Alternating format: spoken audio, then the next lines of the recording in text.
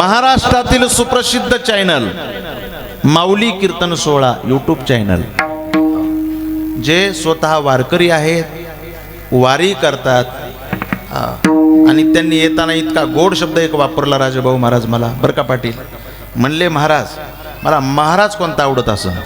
मी म्हणलो गोरा गोमटा चांगला गाजल्याला गाडी, म्हणजे तसलं काय नाही म्हणले. मग जे वारीत चालतंय मला ते महाराज आवडते म्हणले.